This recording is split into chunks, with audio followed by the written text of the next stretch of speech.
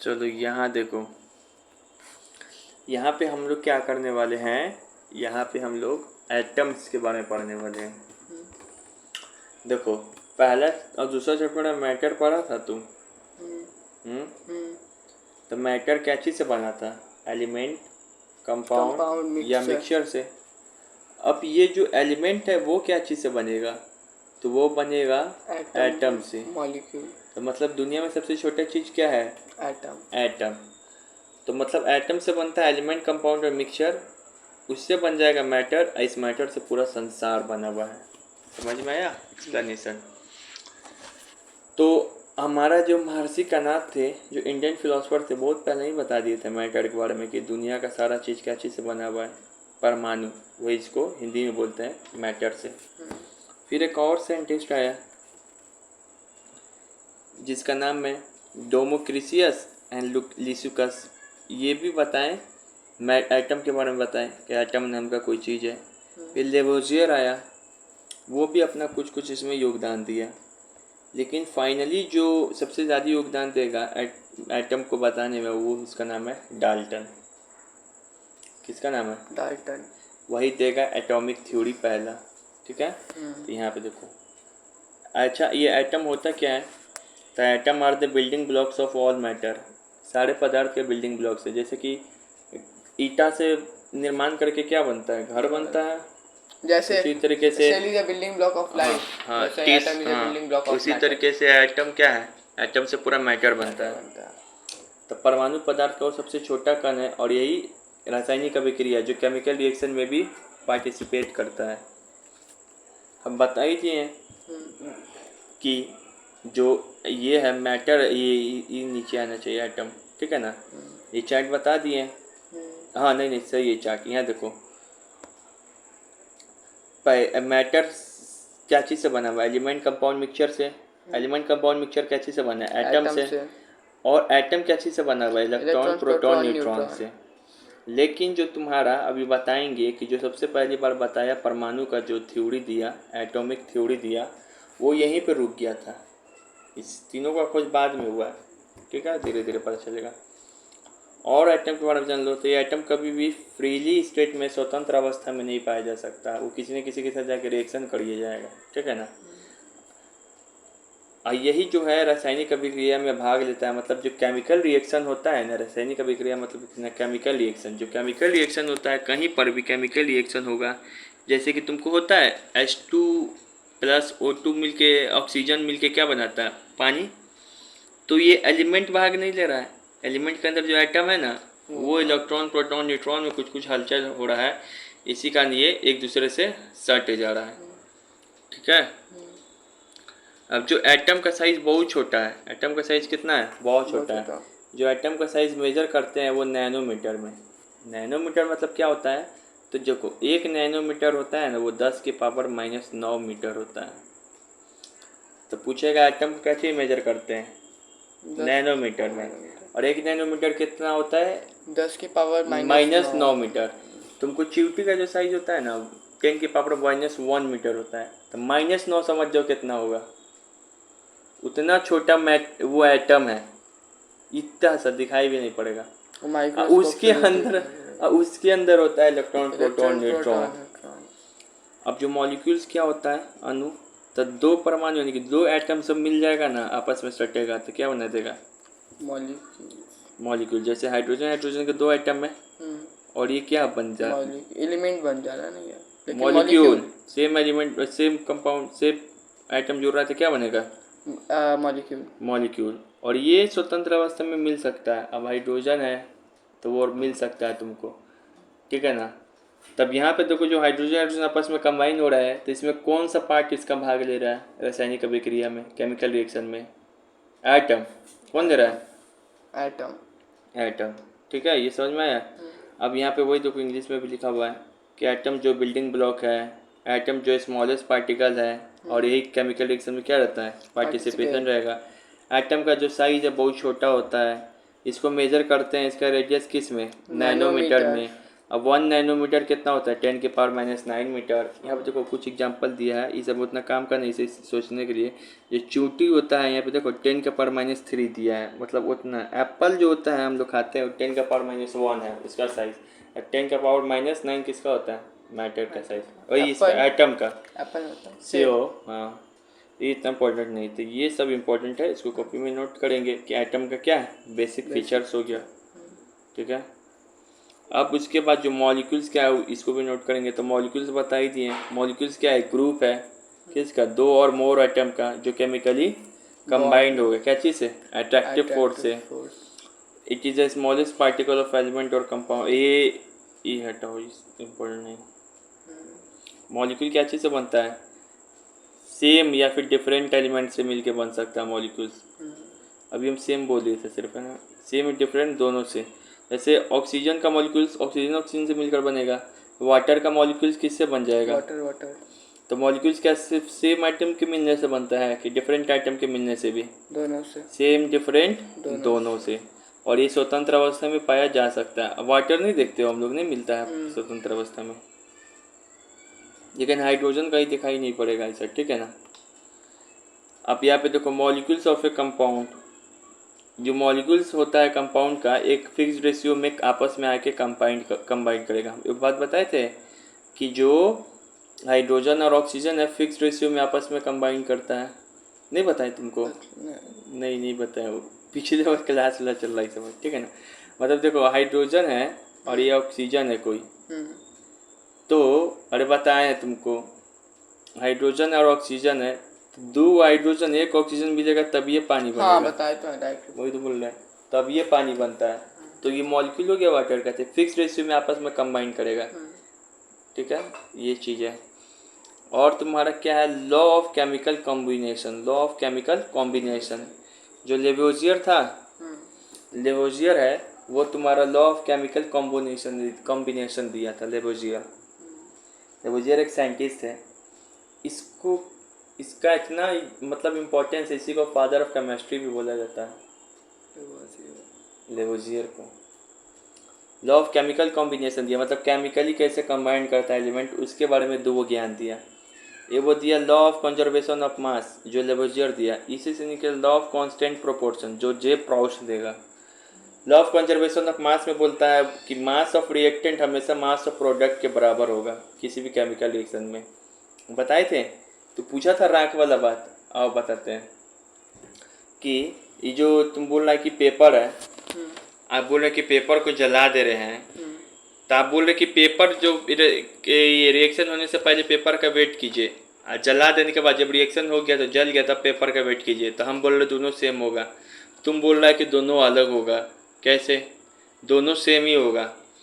तो जो पेपर जब जलाता है ना, तो इधर से धुआं उठता है, तो धुआं को काउंट नहीं कर रहा है। कुछ ऐसा मशीन लगाओ कि धुआं को भी रोक ले, तब वेट करके देखना, तो दोनों का मास क्या होगा, सेम। नहीं तो ऐसे राख का आप खाली ऐश का उठा के देखिएगा तो कम ही होगा, कम ही हो जाएगा। लेकिन तुम जोड़ नहीं दे रहा है, साइंटिस्ट कैसे बनेगा, धुआं भी ट्रैप कर लेगा ना, और तब जोड़ेगा तो क्या हो जाएगा, सेम। अब जैसे यहाँ पे देखो ये 2 ग्राम है 3 ग्राम है, 2 ग्राम सोडा है 3 ग्राम चूना है, आप रिएक्शन होने से पहले तौल लिए, अब रिएक्शन करा दी दोनों में, तो बन जाएगा क्या 5 ग्राम। 3 ग्राम है ना, तो 5 ग्राम हो जाएगा। ठीक है ना। रिएक्शन के बाद, रिएक्शन के पहले रिएक्शन के बाद का मास दोनों क्या होता है, सेम, बदलता नहीं है। ये बात कौन बोला था, लेवोजियर। इसी को कहते हैं law of Lavoisier chemical reaction, law of conservation of मास। एक है साइंटिस्ट जो जे प्राउस्ट, ये दिया law of constant proportion. Law of constant proportion यहाँ पे बोल रहा है कि केमिकल कंपाउंड, और जो केमिकल कंपाउंड होता है जैसे वाटर, कार्बन डाइऑक्साइड, ये सब होता है always present in same proportion by mass. हम बताएं कि सेम प्रोपोर्शन में मौजूद रहता है, सब शब्द याद करना होगा। जैसे एग्जाम्पल, इन वाटर जो रेशियो होता है mass of hydrogen to the mass of oxygen is always 1:8। जो वाटर बनाएंगे तो उसमें रेशियो होगा हाइड्रोजन और ऑक्सीजन का क्या होगा, ऑलवेज 1:8। ठीक है ना।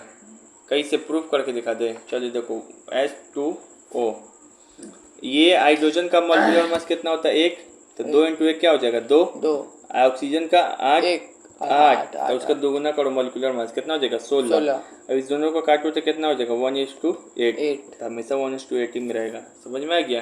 तो इस स्लाइड में हम लोग दो बात सीखे कि जो केमिकल कॉम्बिनेशन है वो लेबुजर के द्वारा दिया गया, और जो उसी में कहा क्या दिया था, लॉ ऑफ कंजर्वेशन ऑफ मास दिया था। बोला था कि रिएक्शन के पहले रिएक्शन के बाद जो मास ऑफ रिएक्टेंट हमेशा मास ऑफ प्रोडक्ट के बराबर होगा, मास कभी चेंज नहीं होगा।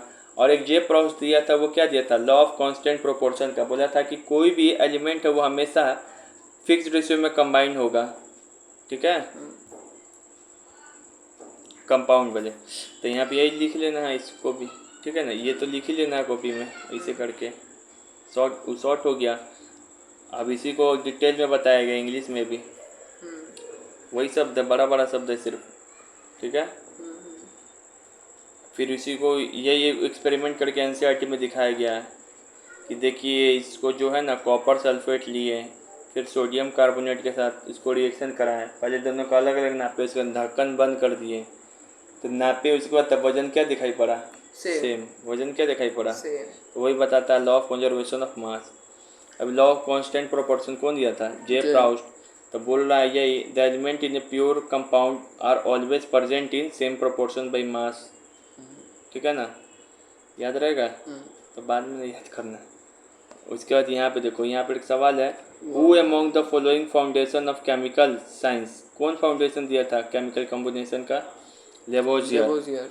इसी का लेबोजियर, इसी को इसका क्या बोलते हैं, रासायनिक विज्ञान का पितामह, father of chemistry. Which French scientist summarised his experiment in 1806 to prove that the mass of the ratio of element in a chemical compound always same. कौन बोला था कि जो कंपाउंड में कोई भी एलिमेंट फिक्स रेशियो में कंबाइंड होगा, फिक्स रेशियो में कंबाइंड होगा, जोसेफ प्राउस्ट बोला था ये वाला बात। Law of conservation of mass को दिया था, ये आपको Lavoisier, Antony Lavoisier. Law of definite proportion कौन दिया था, जोसेफ प्राउस्ट। एक और आता लॉ ऑफ मल्टीपल प्रोपोर्शन, तो वो देगा डाल्टन, ठीक है ना। यही बात बोला है कि डेफिनिट प्रोपोर्शन वाला बात कौन बोला था, जोसेफ प्राउस्ट। फिर से यहाँ पर जो बोल रहा है ये तो यही बात है। दो इम्पोर्टेंट लॉ कौन दिया था केमिकल कॉम्बिनेशन का, Lavoisier. Law of multiple proportion कौन देगा, Dalton. Law of multiple proportion पूछे तो डाल्टन, और कांस्टेंट प्रोपोर्शन पूछे तो प्राउस्ट, मल्टीपल प्रोपोर्शन पूछे तो डाल्टन। अब यहाँ पे चलो, अब यहाँ पे एक सवाल है, देखो एनसीईआरटी का, यहाँ पर हम एक सवाल पूछ रहे हैं, give an example of this law of conservation of mass when it applies to a chemical change. आप कोई एक ऐसा एग्जांपल दीजिए law of conservation of mass का जब कोई केमिकल चेंजेस हो। केमिकल चेंजेस मतलब क्या पढ़ाए थे, जैसे melting of ice chemical change है, फिजिकल चेंज है, बर्निंग ऑफ फूड करते हैं, बर्निंग ऑफ फूड क्या होगा, केमिकल चेंज। तो बोल रहा है कि पहले आप बर्निंग करने से पहले वुड ना पिएगा, बर्न करने के बाद वुड ना पिएगा, दोनों का मास क्या होगा, पंखा का भी सेम। तो यहाँ पे यही पे लिखा हुआ है, burning wood result in ashes and gases, जब जल्दी क्या देगा, एस और gas. Total mass of this product equal to total mass of this product equal to total mass of food and oxygen it react with it. याद रहेगा, लिख लेगा अपने मन से, total mass before equal to total mass after. Before में क्या लिखेगा, वुड दिखाएगा इस साइड, आफ्टर में क्या लिखेगा, burn wood ashes plus oxygen gases plus gases, ऐसे करके दिखा देंगे। Give an example of this. अब इसी बात को कह रहा है कि केमिकल चेंज को तो दिखा दिया, फिजिकल चेंज पे इसी बात को साबित करके दिखाया, तो कोई फिजिकल चेंज का एग्जांपल देगा, लिखेगा melting of ice into water is physical change. उसके बाद यहाँ पर लिखेगा कि यहाँ पे लिखेगा कि ice before reaction, after reaction, फिर उसका लिखेगा equal to water after reaction, both mass is same, ठीक है, लिखने आ गया। अब यहाँ पे देखो ये सवाल देखो, ये यदि 12 ग्राम कार्बन को जलाया जाता है 32 ग्राम ऑक्सीजन के प्रेजेंस में, तो कितना कार्बन डाइऑक्साइड फॉर्मेट होगा। 12 ग्राम कार्बन को जलाया जाता है किसके साथ, 32 ग्राम ऑक्सीजन के साथ, तो कितना कार्बन डाइऑक्साइड प्रेजेंट होगा। अरे तो law of chemical combination, law of conservation of mass, 12 gram carbon plus 2 gram 32 gram oxygen. तो according to law of conservation of mass क्या बताएं, mass of reactant equal to mass of product. तो 32 gram carbon 12 gram carbon 32 gram oxygen, इस दोनों को जलाएं तो पहले कितना होगा 44, बाद में भी कितना होगा कार्बन डाइऑक्साइड जो बनेगा वो भी कितना होगा 44। पूछने का तरीका अलग है लेकिन समझ में आ रहा है। अब यहाँ पे बोल रहा है कि ये रिएक्टेंट है जिसमें 4.6 ग्राम ऑफ बेरियम क्लोराइड को रिएक्ट कराया जा रहा है किसको 3.4 ग्राम ऑफ सोडियम सल्फेट के साथ। जो प्रोडक्ट बन रहा है 2.8 gram of sodium chloride and 5.2 gram of barium sulphate.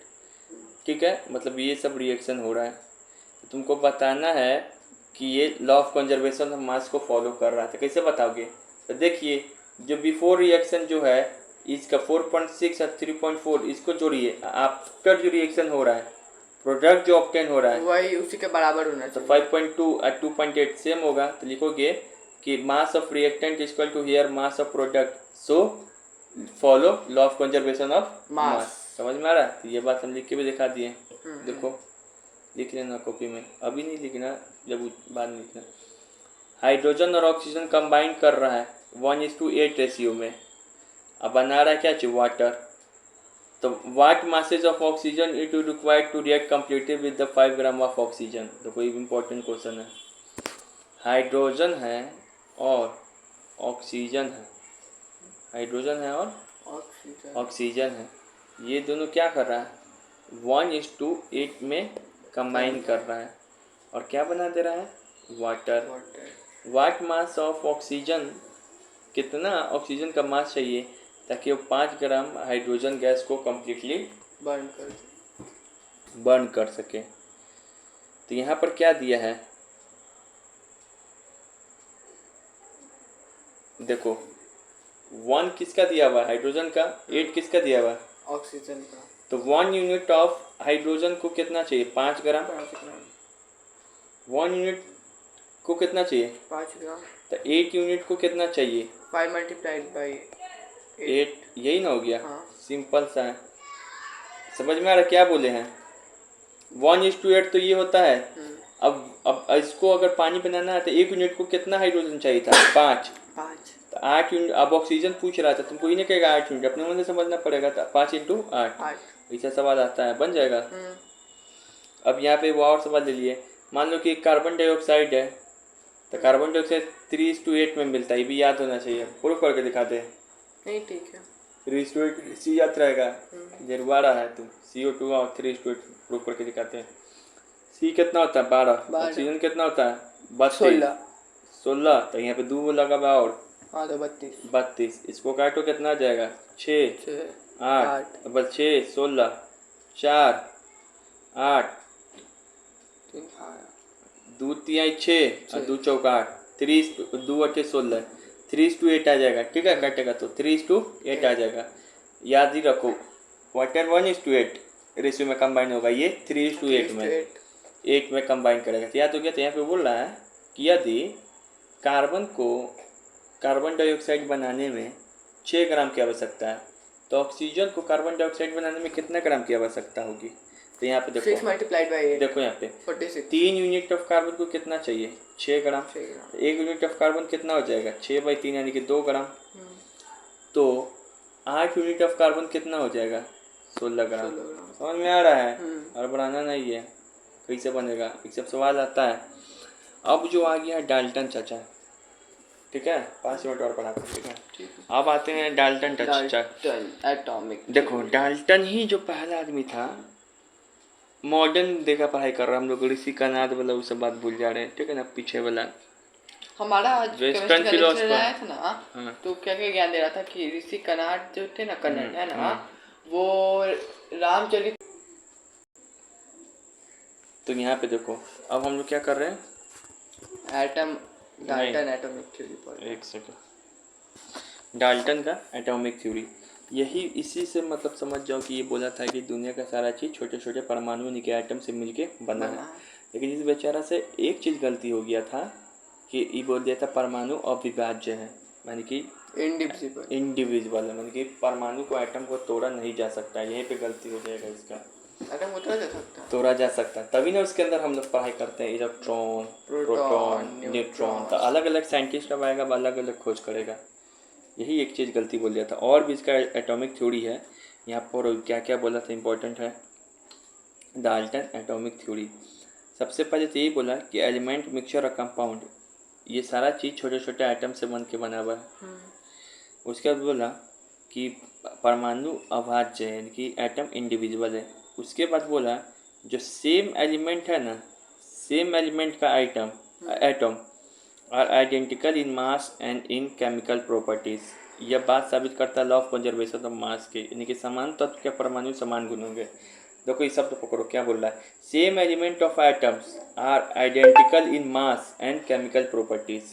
मतलब यहाँ पे देखो समान तत्व के परमाणु का समान गुण होगा। जैसे कि मान लो ये है ऑक्सीजन, है ये एक और ऑक्सीजन कोई लेते हैं जैसे कि O3, ये हो गया O2 और ये हो गया O3। तब बोलता क्या है कि दोनों सेम एलिमेंट है ना, भले O2 O3 है लेकिन एलिमेंट सेम है ना, सेम है।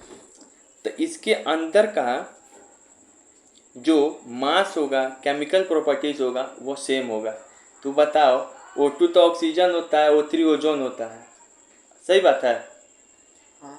सही बात है, कहाँ केमिकल प्रॉपर्टी समान है, ओजोन लेता है तू, ऑक्सीजन। तो इसका बात ये भी गलत हो जाएगा आगे चल के। जबकि क्या बोला था, सेम एलिमेंट का जो एटम है आपस में समान होगा, ये समान होगा एटम नहीं, इलेक्ट्रॉनिक कॉन्फ़िगरेशन लिखेंगे अलग अलग लिखा जाएगा। और बोला था केमिकल प्रॉपर्टीज का मास भी सेम होगा नहीं हैं। तो जब इसका यही बोला था समान तत्व इनके सेम एलिमेंट के परमाणु के एटम का गुण जो होता है प्रॉपर्टी सेम होगा, जबकि बात आगे गलत होगा। खैर ही बोला है तो ये लिखना पड़ेगा एग्जाम में। इसी तरीके से बोल गया अगर डिफरेंट एलिमेंट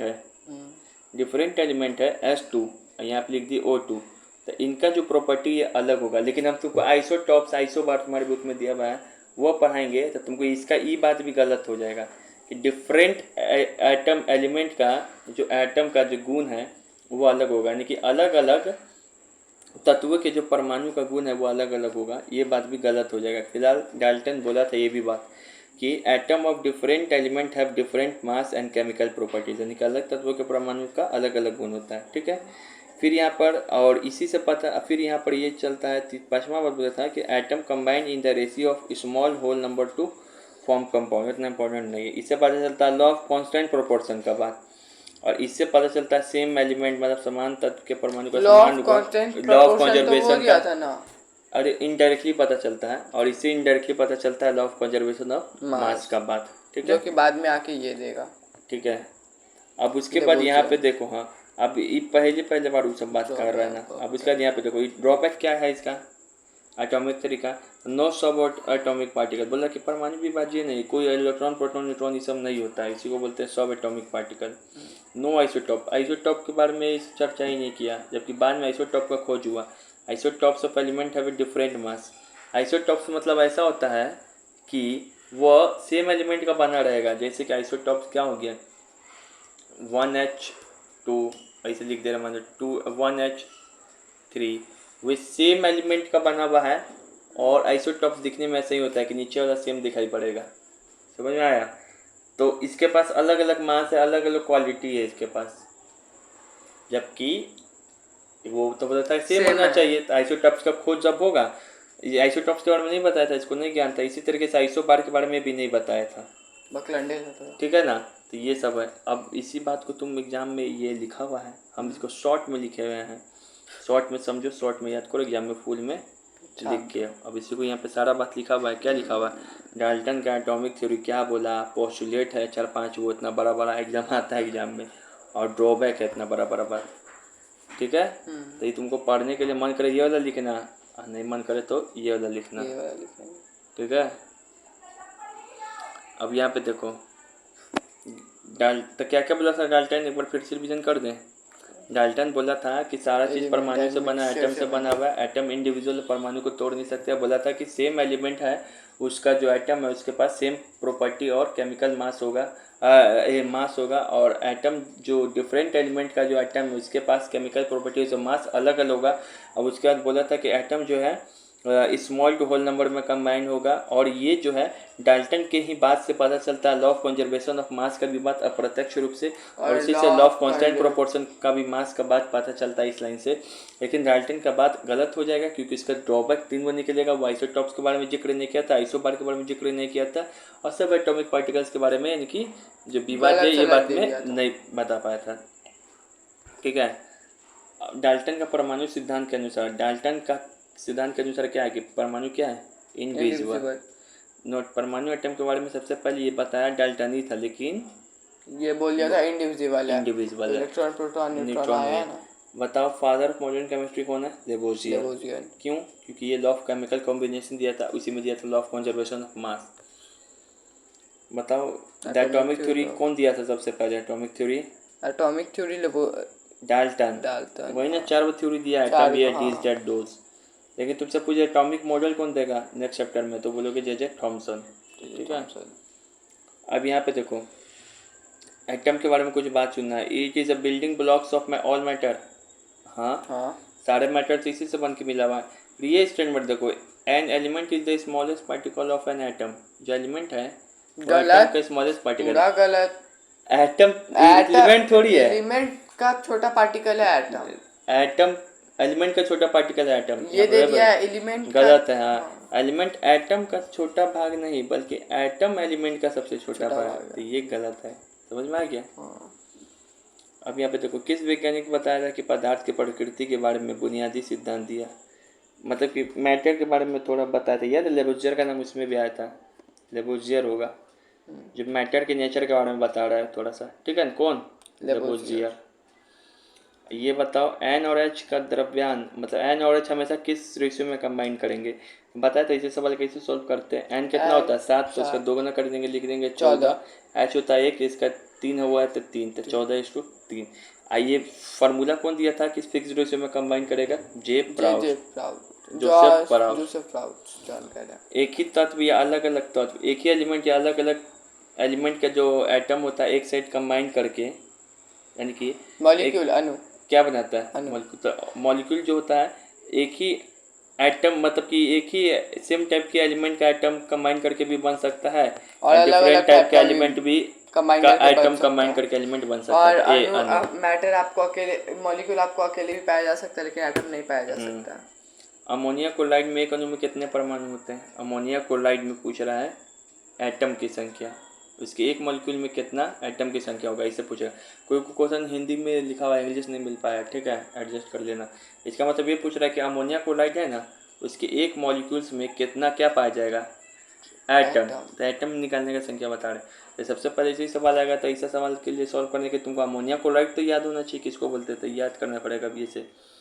NH3Cl2, इसी को बोलते हैं अमोनिया क्लोराइड। अब इन सबको गिन लो, Na वो, H के साथ H3 वो, Cl 2 वो, तो सब कुछ जोड़ने कितना आ जाएगा? 6। तो जब भी ऐसा सवाल आएगा तो फॉर्मूला लिख लेना और एक वैसे गिन लेगा, तो उतना क्या हो जाएगा?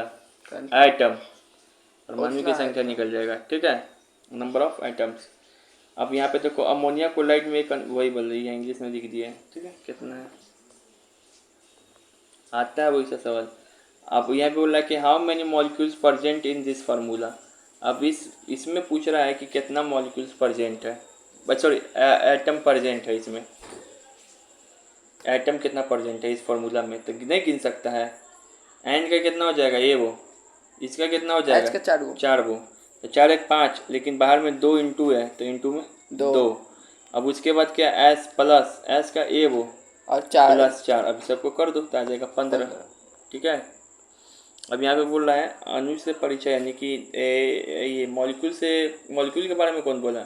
मॉलिक्यूल। देखो एटम के बारे में पूछे तो डाल्टन, मैटर एलिमेंट के बारे में पूछे तो लेबोजियर का नाम देना, और मॉलिक्यूल्स के बारे में बोले तो ऑस्टेवॉल्ड, ये मॉलिक्यूल के बारे में बोला था ये तो। अब बताओ ये डाल्टन के बारे में, डाल्टन इसमें से क्या थ्योरी को एक्सप्लेन किया था, किस किस बात को बताया था? लॉ ऑफ कंजर्वेशन को बात बताया था, इनडायरेक्टली रूप से पता चल रहा था ना कि सेम एलिमेंट का बात, जो एलिमेंट अगर सेम है तो उसके एटम का जो मास होगा सेम होगा। वही कंजर्वेशन ऑफ मास का बात चल रहा है। कांस्टेंट प्रोपोर्शन का बात बताया था, कंपोजिशन नहीं है, कांस्टेंट कंपोजिशन के बाद बताया था, सबसे लास्ट वाला से पता चल रहा था, combine in a whole to ऐसे ही कुछ करके, जो इम्पोर्टेंट नहीं उतना। लॉ ऑफ मल्टीपल प्रोपोर्शन भी बताया था, लेकिन लॉ ऑफ रेडियो एक्टिविटी नहीं दिया था। रेडियो एक्टिविटी कहाँ समझ गया? तो ऐसे ही फंसा रहा है तुमको, तो क्या हो 1 2 3 1 2 4 1 2 बी 1 3 4, ठीक है। अब यहीं तक रहने देते, फिर कल पढ़ लें, ठीक है। ये 15-15 मिनट